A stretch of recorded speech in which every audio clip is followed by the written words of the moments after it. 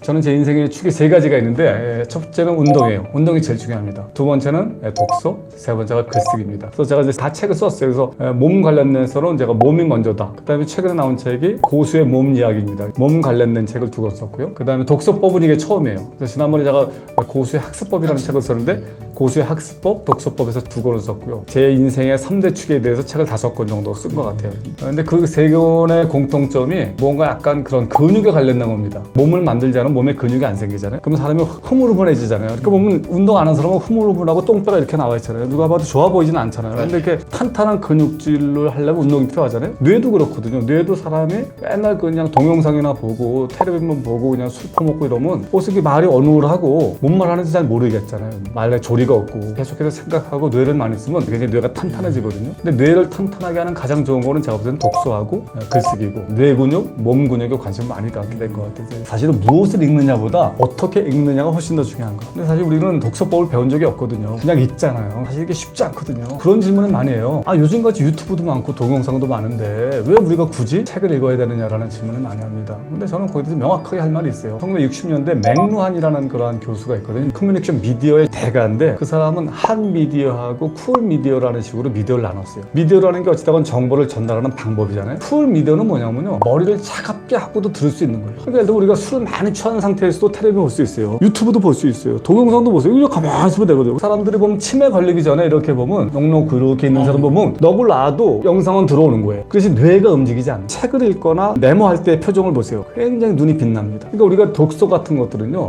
뇌를 뜨겁게 하는 거예요. 독서는 자기가 적극적으로 나서지 않으면 절대 정보가 입력이 되지 않거든요. 읽으면서 머리가 뜨거워지는 거예요. 상상하게 되고 의문을 품게 되고 자기 의견이 생성되고 뇌가 탄탄해지거든요. 뇌가 뜨거워지거든요. 그래서 한 미디어입니다. 그래서 사실은 저는 뭐 유튜브 동영상을 보지 말라는 게 아니고 같이 가는 게 좋다라는 거예요. 1차적인 거는 책으로 띄고 그 다음에 거기에 보완되는 거는 관련된 동영상이나 다큐 같은 걸 보면 훨씬 어떤 특정 아젠다에 대해서 일정 단계가 되거든요. 그건 텍스트를 읽지 못한다. 글을 읽지 못한다. 제가 여기서 얘기하는 거는 짧은 글을 얘기하는 게 아니에요. 긴 글이죠. 긴 글을 읽고 짧은 시간 안에 핵심을 파악하는 능력, 그걸 요약하는 능력. 이게 굉장히 중요하거든요. 요약한 거를 말과 글로 표현하는 능력. 이게 제가 볼 때 21세기에 가장 중요한 능력 중에 사실은 하나입니다. 그래서 책을 안 읽은 사람과 읽은 사람은 대번에 알 수 있어요. 말을 시켜보면 알아요. 책을 안 읽은 사람들의 특징은요. 주제가 다양하지 못해요. 그러니까 대화 소재가 없어요. 그러니까 아저씨들 같은 경우 정치 욕만 하는 사람, 그 다음에 맨날 골프 얘기만 하는 사람, 애기 엄마 같은 경우는 맨날 뭐 애 얘기 아니면 남편 얘기만 하는 사람. 이런 사람들은 재미가 없어요. 왜? 공부를 하지 않으니까 대화 소재가 없는 거야. 근데 사실은 아무런 준비 없이 대화할 수 있는 게 바로 그런 뭐 정치인 욕하는 거라든지 이런 것들이거든요. 그래서 사실 대화를 재밌게 하려고 그러면 아는 게 많아야 됩니다. 그런 면에서도 독서가 사실은 가장 많은 그런 땔감 같은 걸 제공하죠. 좀 그런 면에서 사실 여러분들한테 물어보고 싶어요. 나는 어떤 사람인가? 난 재밌는 사람인가? 그렇죠?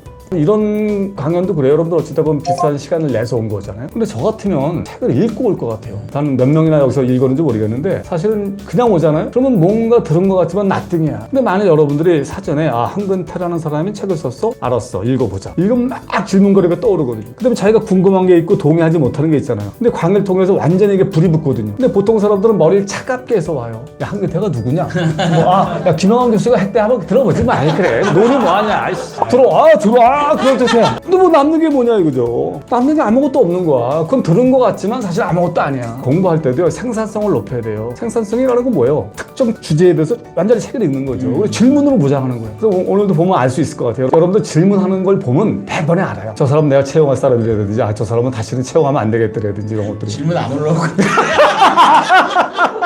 그건 좀 그러네. 요번 말 취소.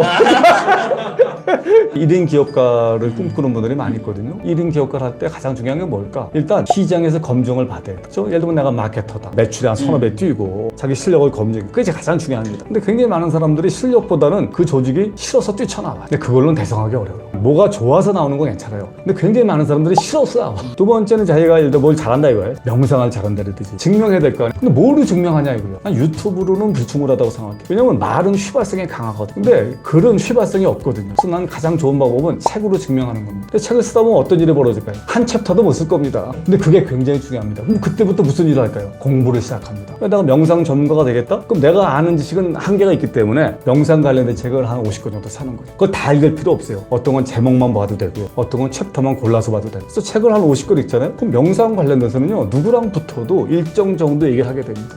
제가 이제 책을 쓸 때 그런 식으로 많이 합니다. 제가 독서법 쓸 때도 독서법 관련된 책 한 80권 사서 읽은 것 같아요. 사람마다 다 다르거든요. 근데 그걸 내 안에서 녹인 다음에 그걸 글로 표현하는 거기 때문에 독서를 읽는다 할 때 목적이 많이 있지만 전 그 중에 하나가 아웃풋을 전제로 한 독서법입니다. 아웃풋을 전제로 한 거 뭐예요? 아, 내가 이걸 읽고 이걸 가지고 강연을 해야지. 이걸로 책을 써야 되라든지 우리 클라이언트한테 이걸 설득해서 내 프로젝트를 팔아야 되든 목적이 있어야 될 거예요. 목적이 없는 인풋은 굉장히 허무해요. 그래서 그런 거 많이 있어요. 예를 들면 뭐 목사님 설교만 쫓아다니는 사람들 한 2,000번 들었어.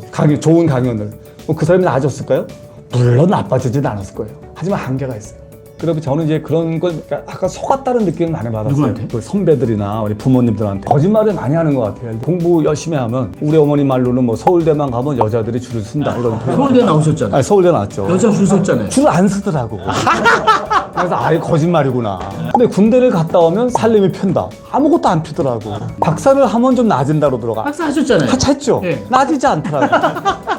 나 어느 순간 깨달은 거야. 아, 이거 어른들 말을 함부로 믿으면 안 되겠다. 제가 책을 싫어하는 사람은 아니었었는데 저는 무협지라든지 무슨 탐정 소설 이런 걸 좋아했던 사람이었거든요. 재밌는 소설. 세트라는 삼성 거기서 20년 전에 책을 읽고 그걸 8분짜리 동영상으로 이제 하는 걸 의뢰가 들어왔어요. 근데 처음엔 사실 마땅치가 않았어요. 폼이 안 나더라고. 이렇게 간지가 나야 되는데 무슨 책을 읽고 요약을 해. 마지못해 했어요. 겉으로 볼 때는 그 일이 쓰는 것만 못하죠. 그렇죠. 남이 쓴 거 요약하라는 그러니까. 게 내가 그래서 알아요. 처음에 몇 년을 했는데 처음에는 할 때 그냥 해서 꾸역꾸역 했어요. 뭐 내가 원하는 책이 아니고 그냥 남 책이고 처음에는 경영책도 많았고 되게 잡다 했어요. 죽기 살기 읽었죠. 그렇죠. 네. 몇 년 지나니까 지식이 축적되면서 거기서 뭔가 이 파워가 나온다는 생각이 들었어요. 어떤 느낌이냐면 10년 정도 지나니까 누가 무슨 질문을 해도 웬만큼 내가 의견을 얘기할 수 있는 거예요. 그 책에서 읽었더니 그럴 때는 이 책을 한번 읽어보려든지 뭐가 아이디어가 많이 생기는 거예요. 그래서 내가 이런 사람이 아니잖아요. 내가 볼 때. 그래서 이게 뭘까 보니까 그게 사실은 독서의 힘이라는 생각을 좀 한 거예요.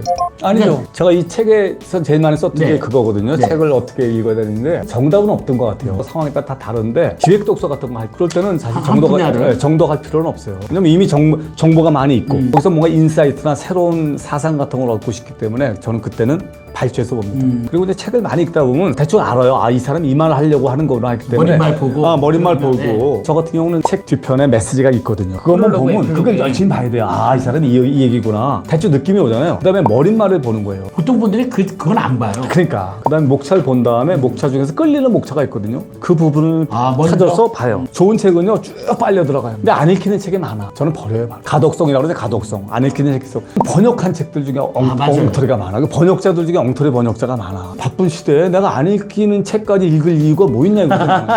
과감하게 버려요. 50대 여자 직원을 둔 30대 여사장입니다. 세대를 뛰어넘어 소통하는 젊은 리더가 되고 싶은데 더 펀더멘털한 질문을 던지고 싶어요. 꼭 그 사람하고 그렇게 친해져야 돼. 사장은 사장이고 직원은 직원이고 30대고 50대인데 왜 꼭 친해져야 돼? 난 그것도 욕심이라고 생각해요. 인생이 복잡하잖아. 뭘 다 친해져.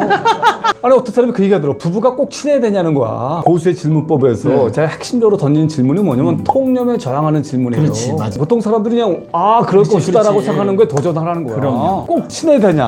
맞아. 우리 저 직원인데요. 점심을 같이 안 먹습니다. 그러니까 좋은 거야. 밥값은 내가 줍니다. 네, 알아서 먹기로. 그 LG 생활건강의 그 부회장님은 그분이 온 다음에 뭐 시가총액이 뭐 몇십 배가 뜨는데 그분은 직원하고 밥 안 먹어요. 그로잉업이라는 책 보면 밥 하나도 안 먹어. 근데 성과만 좋아. 근데 지금까지는 그렇게 같이 먹어야 친해진다고 생각. 거짓말이야. 아니 그리고 회식도 그래. 회식도. 아니 구글하고 페이스북이 회식 많이 해서 글로벌 기업이 됐냐 이거야. 그건 말도 안 되는 소리야. 그냥 과격했나? 그러니까 사업을 하면 전문성이 필요하잖아요. 그렇죠. 한 분야에 그래도 한 15권에서 20권 정도 책을 리스트업해서 읽는 거. 근데 현실적으로 회사 안에서 그렇게 성과를 내는 경험이 있는 게 가장 베스트인데 그렇죠. 회사 안에서 일할 때 사장을 위해서 일한다고 생각을 해요. 그 업무를 직무를 위해서 공부를 한다는 것은 굉장히 큰 손해라고 생각할 때가 있어요. 아니야, 그 절대 그렇지 않아요. 사장한테 돈을 많이 벌게 해주면 그게 결국 나의 브랜드로 오거든요. 아니 그 안에서 새는 바가지 밖에서 샌다 이거야. 맞아. 아니 안에서 일 못했던 사람이 밖에 나와서 독립하면 더 구멍이 커지지. 근데 그런 분들이 보통 밖에 나가면 다 구멍 안 샌다고 해요. 그걸 말로 하기 전에 실험을 해보라. 실험을. 재직 중이나 현재 하고 있는 소소한 일이다 할지라도 그 성과를 만들어내기 위해서 공부하고 독서해라. 그렇죠. 그러니까 예를 들면 회사 일도 그런 것 같아요. 사실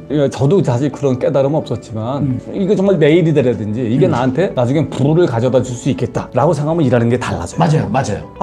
나는 이거 적성이 아니고 나는 뭐 과도 이과가 아닌데 왜 자꾸 나한테 이러시고 귀찮아 그냥 대충 해. 네가 사장이라면 어떤 의사결정을 하겠냐. 그럼 일을 배울 수 있는 가장 최선의 방법은 자기 사업을 하는 거라고 생각해요. 종업원으로서 일을 하는 거하고 돈을 주는 사람으로 일하는 거 굉장히 다르거든요. 이 세상을 보는 시야가 굉장히 달라집니다. 그래서 저는 사실 사업하는 거는 강추해요. 두 번째, 근데 아무렇게나 그냥 남들이 잘 된다고 하는 사업은 절대 하면 안 된다고 무조건 뛰어들지 말라. 그렇죠. 사업을 할 때는 철학이 제일 중요해요. 내가 왜 사업을 하지? 이게 되게 중요한 본질. 것 같아요. 본질이죠. 근데 철학이 없으면요, 돈은 벌 수 있을지 몰라도 그 돈을 유지하거나 졸부 소리 들을 가능성이 높거든요. 그래서 돈을 벌어서 이 돈을 어떻게 쓸 건지. 그래서 이제 베스트는 뭐냐면 다산 정약용 선생이 한 건데 옳은 일이냐 그른 일이냐 그런 일. 돈이 되느냐 안 되는. 돈이 안 되느냐 이걸 따지거든요. 구분하는. 최악은 나쁜 일을 하면서 돈도 안 되는 거. 그래서 저는 옳은 일을 하면서 돈이 되는 거고. 근데 굉장히 많아요. 사업을 하면서 그 사업의 본질이 뭔지를 빨리 그렇죠. 파악을 하고 그렇죠. 그 본질의 깊이를 좀 공부하고 새로운 기회를 만들라. 그래서 그냥 압도적 지식의 우위를 그래, 갖고 맞아요. 있어야 되고요. 고객의 문제를 해결할 수 있어야 돼요.